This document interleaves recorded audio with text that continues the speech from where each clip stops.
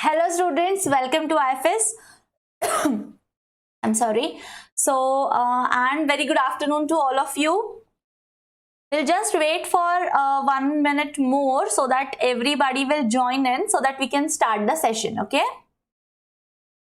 So आज के session में we are going to discuss the question paper. Okay, so the questions related to your exam, that was previous year question paper discussion, is what we are going to do in today's class. So because we have studied the maximum part of your syllabus, right? The British literature we have already studied. Now if you know that your UGC NET English exam is consist of 70% of the British literature questions. So you should at least know कि whatever we have studied, is it relevant or not? Yes, and how the questions are being asked in your exams. So that is what we are going to study for today. We are going to look for all the questions related. This particular paper is 2020's paper, which we are going to discuss. The questions are from that paper, and maximum questions are on the British literature. So we will be looking at those, as well as we will also look for the other questions which are apart from British literature, but we will at least have an idea that what type of questions were being asked in your exams, and how you have to prepare, or what are the important topics that you have to study when you are preparing for UGC NET English. Okay, so let's start and look at the first question. So here is the first question in front of you. What is the question?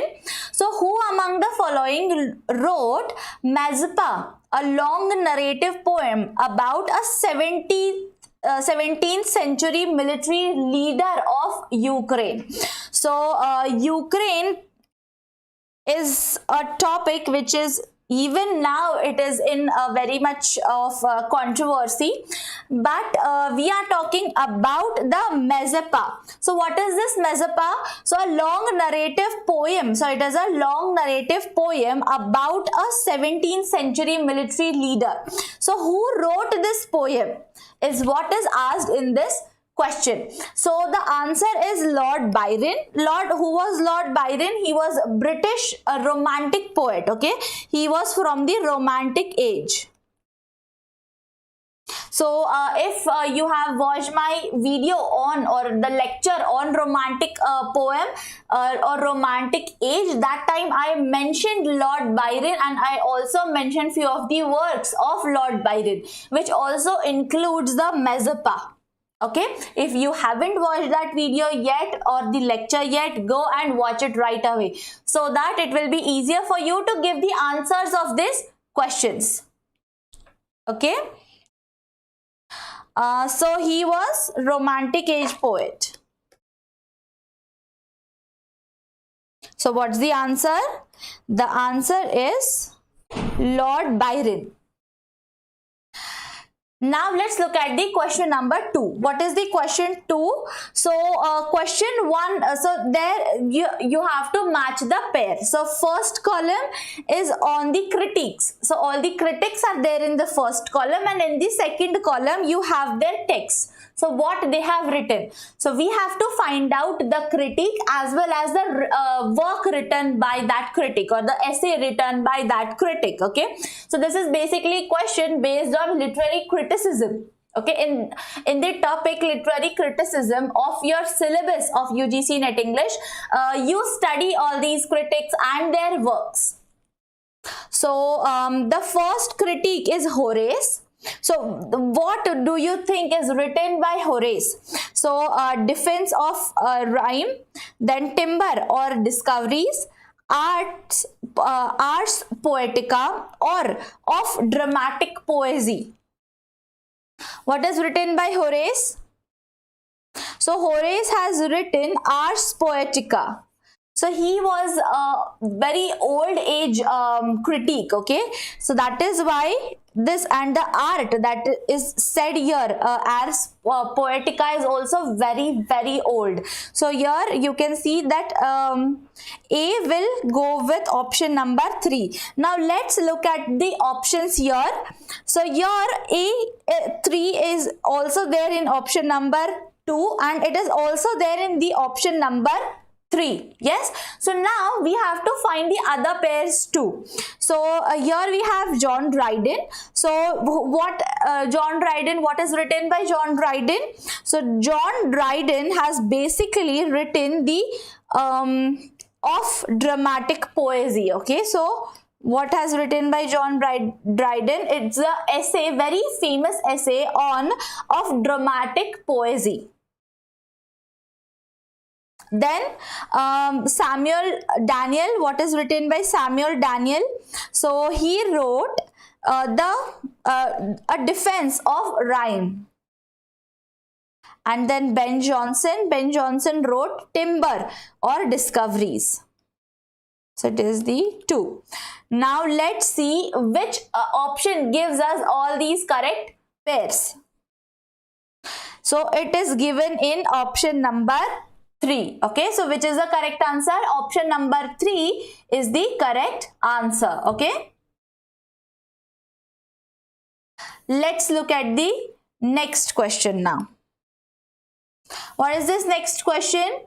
So next question says that which British administrator sought to make everything as English as possible in a country which resembles England in nothing, as recorded by Sir Thomas Munro. So, so in the work written by Sir Thomas Munro, Sir Thomas Munro argued about a person. So we have to find here that person who actually wanted to make English. So everywhere he wanted to make English.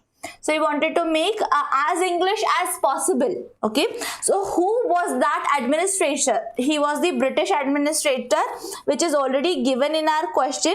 So we just have to find out the name of that administrator. Okay, so the name of that administrator is Lord Cornwallis. So Lord Cornwallis was a person who was with the view that he wanted to make as English as possible. So and this was written by or it was highlighted by Sir Thomas Munro. Okay, so he argued, or he basically was against, and he said that how is it possible, right? So that was the argument by Thomas Munro, and it was the argument on Lord Cornwallis' work. Okay, so this is the answer for this question. So student, here I would like to add something that with these questions, the questions that we have discussed as of now, you might have seen that the questions are asked on the poets, on the writers, and the works of them. Yes, so here what we understand is that you have to understand each and every literature part. Or for example, if you consider British literature, or if you consider literary criticism, if you consider American literature, everywhere what you have to remember is the poets, the writers, the authors, okay, the dramatists of that age, and the works written by them. So so if you have seen, so this is not difficult, but it is lengthy, definitely lengthy, because the syllabus is very vast. So even if you consider just the British literature, you have seen that there are 12 ages, and in every age at least 10 to 15 writers we will find, and every writer has written multiple works. So remembering each and every work becomes very much difficult. I know it is difficult, but it is not impossible. You can definitely do it if you just follow a step by step, okay? If you follow a structure, if you will follow a proper pattern, then I can guarantee you, you will not forget even a single poet or even a single writer, okay? So this is just the, what you can say, the trailer that I am trying to show it to you, that in which form the questions are being asked in your exam, so that it will be easier for your studies further when we will be discussing other literatures. So you will also have an idea what we have discussed from the British literature, and you will have an idea that what we are going to discuss further, okay? So this will give you an clarity that what and how you have to learn the further part, and which you have already learned, what is remaining or what you still have to do from that part, okay? So please consider these points as I have told you. So let's look at the next question. The next question says, arrange the following in the chronological order of publication. Now we have different works. We have to see, first we should know that in which year all these works are being written, okay? And with this you have to find out what is their chronological order. So in the chronological order, how you have to select, or how you have to put them in the sequence, which publication or which work is written the first, then which is the most recent one, okay? So let's see aspects of the theory of syntax. So in the aspects of the theory of syntax, it was written in 1965 by Noam Chomsky. Yes, then course in general linguistics. So it was written in 1916. Okay, it was written in 1916. Now you have to find out that who wrote the course in general linguistics, okay? Then semiotic and philosophy of language. So in which year this book was published, or this work was basically published? It was in 1986. And last one is how to do things with words. It was published in 1955. Okay, now we have understood the ages or the years. Now we have to put them in chronological order, which is the most oldest. So it is the first one, the B one, that the course in general linguistics. Then we will see option number D, that is the how to do things with words. Then the work of Noam Chomsky, aspects of the theory of syntax. And then comes the semiotics and the philosophy of language, okay? So what is the sequence? B, D, A and C. B, D, A and C. Which option gives us all this sequence? Option number 3, okay? So the answer will be option number 3. Got it? Let's look at the next question. So here, question 5. Which one of the following statements is approximately true of Harold Pinter's plays? So this is basically from the Harold Pinter's play. What is the name of this play? The name of this play is Comedy of Menace. Comedy of Menace in the what is the name of in the room? Oh yes. Okay, so the name of this play was by Harold Pinter is the Comedy of Menace in the Room. So in this play, the correct statement given is that menace is in the air, but it is not pinned down or explained. I know when right now when you are understanding this, it might feel difficult for you because you haven't read the text yet.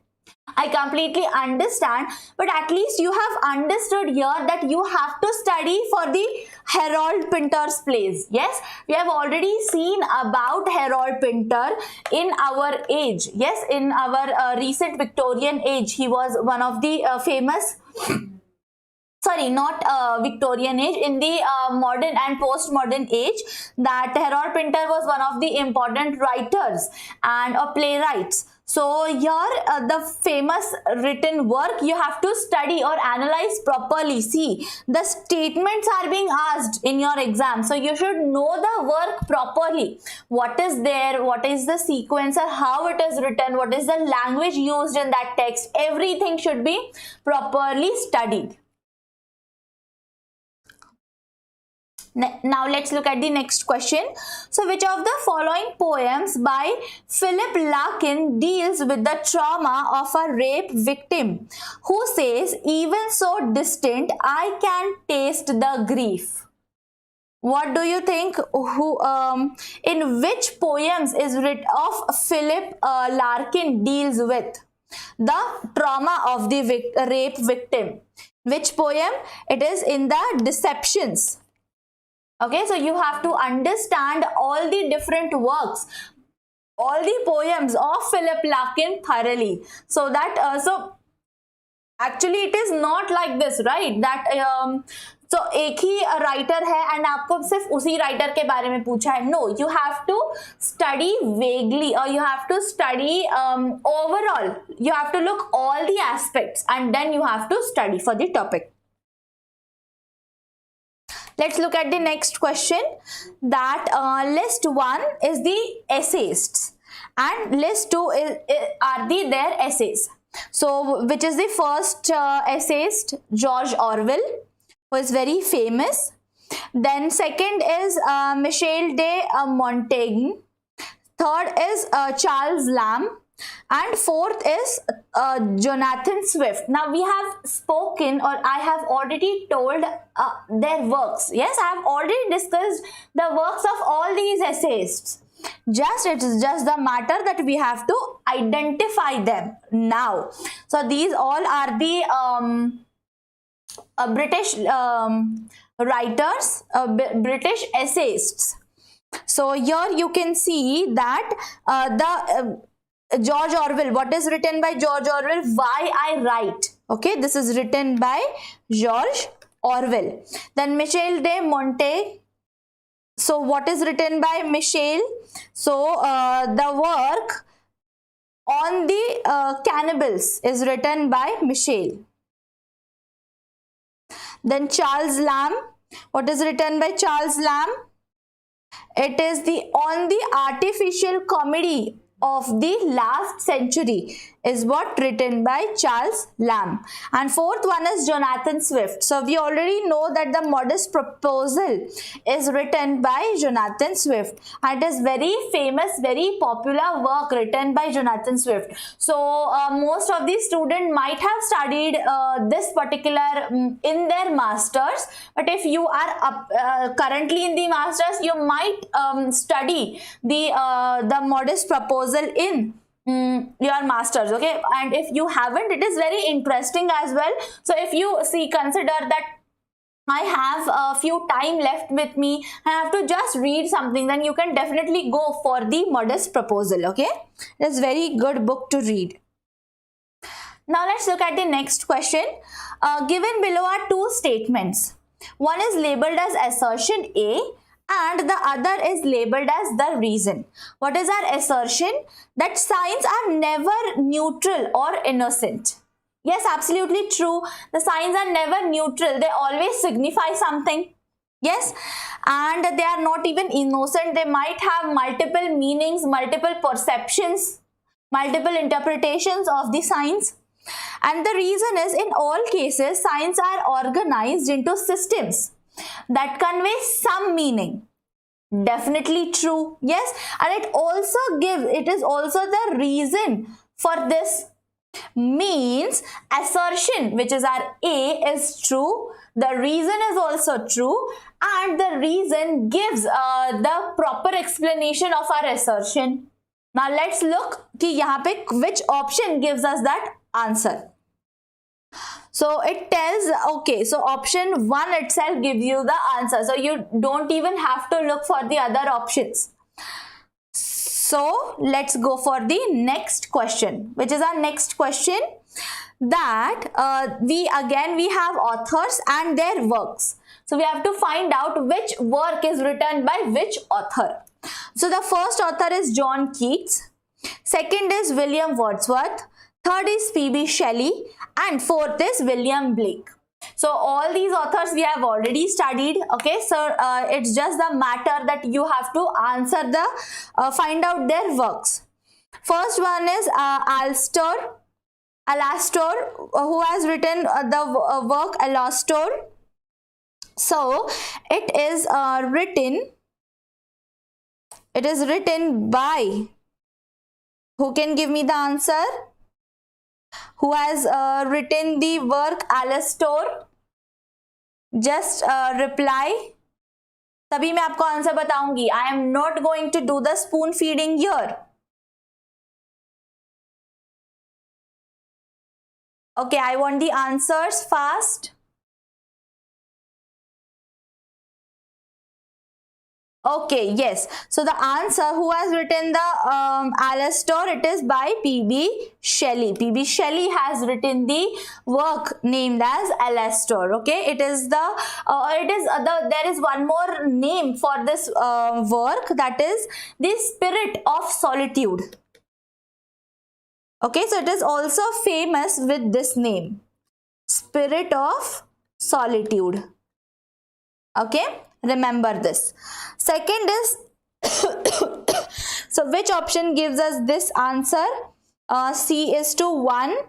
Okay, so we again have two options, option 2 and option 4. So now we have to find out which work is, okay, so what is Songs of Experience? Who has written the Songs of Experience? So it is the Songs of Innocence and of Experience. So it is the 26 poems and it is written by William Blake. D is to 2. So which option gives us D is to 2? Option 2. So which is our correct answer? Option 2 is our correct answer. Got it? Let's look for the next question. What is our next question? Given below are two statements. Statement 1 is the consumption is an outcome of self-interest and a maximization of personal pleasure. And second is there are strong correlations between social status and such things as housing styles, musical taste and food preferences. Okay, now these two statements belong from the work of art, or the work called as consumption and decision making. It is from the consumption and decision making. Okay, so here this first statement and the second statement, both statements are true. So whenever you will read this work, that consumption and decision making, you will understand that how both the statements are true. Okay,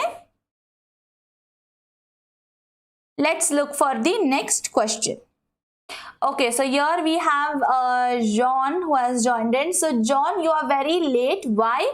Yes, so first good evening or good afternoon. Basically it's afternoon, so good afternoon to you. But please try to come on time, okay, so that you won't miss your studies. Now let's look at the next question. What is our next question? In Anxiety of Influence, which of the following definitions is given by Harold Bloom to explain the term clinamen? So this is a term, clinamen. Okay, so clinamen is the term, and what this term means, excuse me, I'm sorry. So clinamen is means a bias. So where you are partial, or it is the inclination when you are inclined to one particular thing, when you support one particular thing, when you are in the support of one particular thing, okay, is called as the clinomen. It is the inclination. Okay, so in which work it is shown, or what is the term means? Poetic hyperbole, poetic misprision, poetic sublime, or poetic supplement. So it is basically the poetic misprision, means when you are inclined to one particular thing, when you are biased at one particular thing. Okay, now let's look at the next question. So who among the following believed that rhyme is not an integral part of poetry? Okay, so where also basically here we have to find out who started or who believed in free verse. So what free verse tells us, that we should not believe in just the rhymes. Okay, we are open, we can write, we can think whatever or however we wish to. We should not follow one rhyme. Okay, so who believed in this concept in the poetry or blank verse, what we call in today's world? So who are those? Horace and Philip Sidney. They both believed that rhyme is not an integral part of poetry. Means it is integral part, means very important part. Yes, so they both thought about it. Now let's look at the next question. Who said of the blank verse, quoting an unnamed critic, that it is verse only to the eye, adding further that it has either the easiness of prose nor neither the easiness of prose nor the melody of numbers? Means here he is opposing the concept of blank verse. Yes, so who was that person? He was Samuel Johnson, who was against this view. Okay, so that is why he said that it is the verse, not to the eye, only to the eye, adding further that it has neither the easiness of prose nor the melody of numbers. Okay. Let's look at the next question. So which two of the following dramatists are associated with the epic theatre? Here we have to find two dramatists who are associated with the epic theatre. Now I have already told you who are involved in the epic theatre. Who are involved in the epic theatre? First is Bertolt Brecht, who is involved in the epic theatre, and Arnold Braunin. Okay, so he was also involved in the epic theatre. Next, let's look at the next question. So arrange the following terms in the chronological order of emergence. So heresy of paraphrase, stream of consciousness, practical criticism, and defamiliarization. So these are the movements, you can call it, or these are the literary features. Okay, so which you have to pay attention according to their emergence. You have to put them in the chronology. So basically a stream of consciousness will come first. So what we understand in the stream of consciousness, who can tell me? In the stream of consciousness, what do we understand, or what do we learn?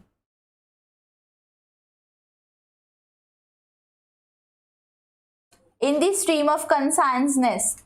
So here we understand that how a particular writer or how the particular poet writes about anything. Okay, so it is the our mental state, or how we think, and then we write. Okay, so that is what comes under stream of consciousness. So it is, so this will come the first, then comes the defamiliarization. So defamiliarization is also the concept of Michel Foucault. So you can read about it later on. We don't have that much of time where I can explain you all the terms and concept, but I will be giving you the short, what you can call it, short videos on all these terms. Okay, I'll try to make it as soon as possible. Then comes the heresy of paraphrase. Okay, so what do we understand in heresy of paraphrase? Who can give me the answer? What is this? It is the assuming that the meaning of the work of art. Okay, so it is the assumption of any particular poem that what do we understand or can be paraphrased. Okay, so how that is paraphrased, that assumption is considered in the heresy of paraphrase. Okay, and the last one is practical criticism. Obviously practical criticism is very much easy. So the chronology will be B, D, A and C. So let's look for the answer. It is option number 2. Okay.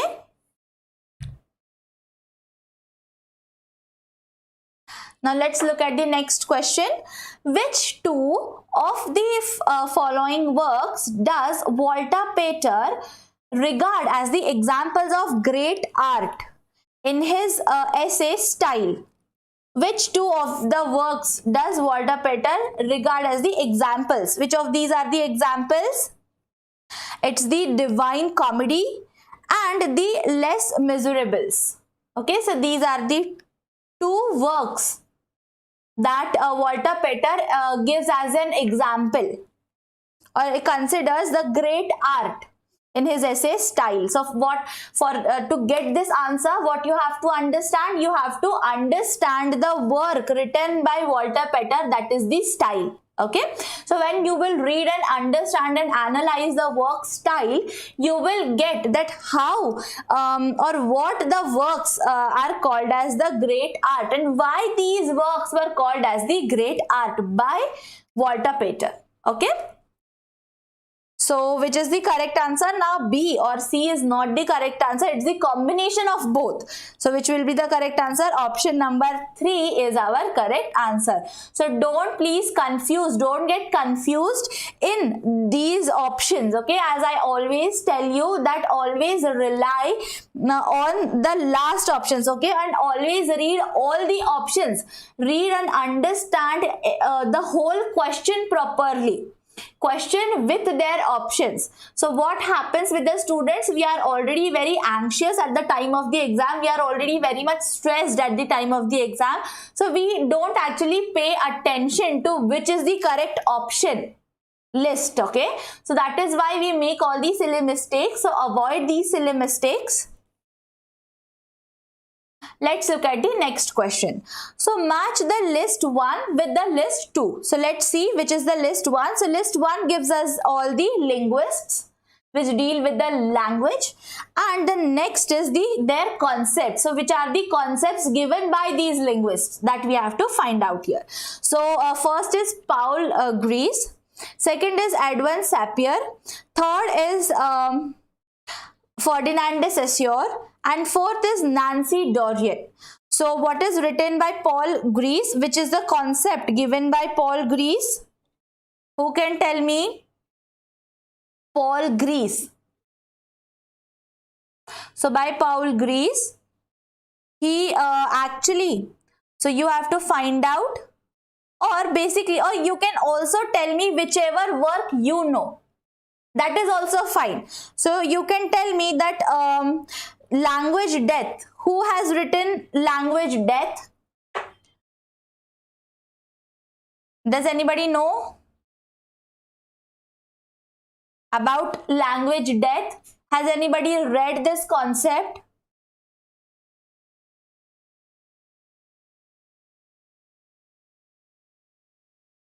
So it is basically the language of often declared as dead even before the last native speaker. So this language death talks about that the language is dead, and how the language becomes dead when the native speakers don't actually speak that language more often. Okay, so that time it is said as the language death. So who can give? So who has written this? The concept of language death.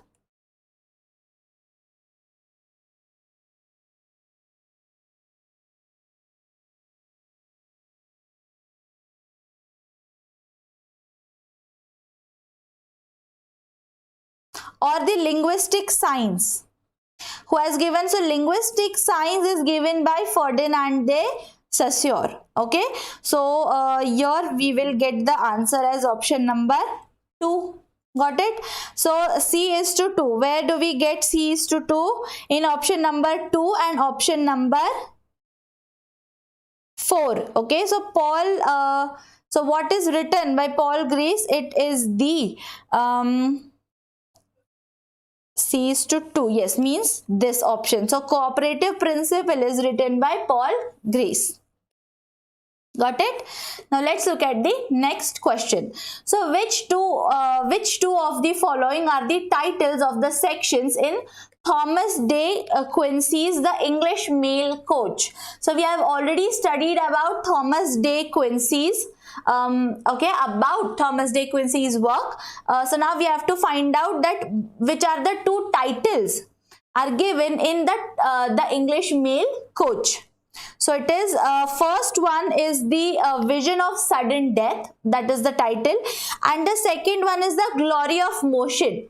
Okay, so these are the two titles. Means which will be the correct answer? Option number 3 will be the correct answer.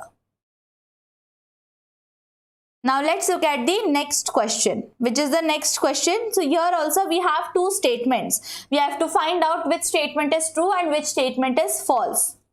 So first statement tells us the Orientalists in British India were not sympathetic towards India's ancient learning. What do you think? Is it true or false? It is absolutely false. It is incorrect. And what is the second? William Jones thought that in imagination or ratiocination and philosophy, Indians were by no means inferior to Europeans. Absolutely true. It is said by William Jones. Okay, so this is true. Means option 4 is the correct answer. Got it? Now let's look at the last question for the day. So which is this question? Given below are again two statements, but here one is assertion and second one is reason. So let's see what is our assertion. Research methods are a range of tools that are used for different types of inquiry. So this question is based on the research methodology topic. Okay, and the second, the reason is the tools used in research are products of the situations in which they are applied. So here we have to find out whether the assertion is true or not. So here the assertion is true. Yes, the research methods are the range of tools that are used in different types of inquiry. Yes, and the tools used, this is also true, but this is not the explanation, or this is not, it will not be the reason for our assertion. Okay, means option number 2 will be our correct answer. Got it? So this is how you have to analyze, this is how you have to understand. I know for the time being it will be difficult for you to understand. Just now, just pay attention to me, understand how or which is the correct answer, how that answer is correct. Okay, so later on when you will study on those topics, so with the help of these questions you are understanding which are the important topics. First of all, who are the important writers, who are the important poets, who are the important dramatists, linguists, and which are their important works. So the very first thing that you have to do is you have to make the list of all these writers first. Okay, so that is the best way to study, and when you will make the list of the writers, you can easily find out the important works about them from the point of view of UGC NET. Okay, so do this for today. Okay, so how many, so I am going to ask you tomorrow that how many writers you have found out. Okay, so please be present. Okay, so thank you so much Shweta, thank you so much Prateek. Yes, good afternoon Disha, good afternoon Rushi. Yes, so the lecture series has started from today itself. So हम हर एक question को detail में समझेंगे. We will understand the answers, what is the answer, how that answer has come. Okay, so please be present every day at 3 p.m. on the same platform. Tell all your friends, okay, share this video with all your friends, like this video and press the bell icon so that you will be notified as soon as I come up with any other video or any other lectures. Okay, so this is it for this particular session. Until the time we meet next, happy learning.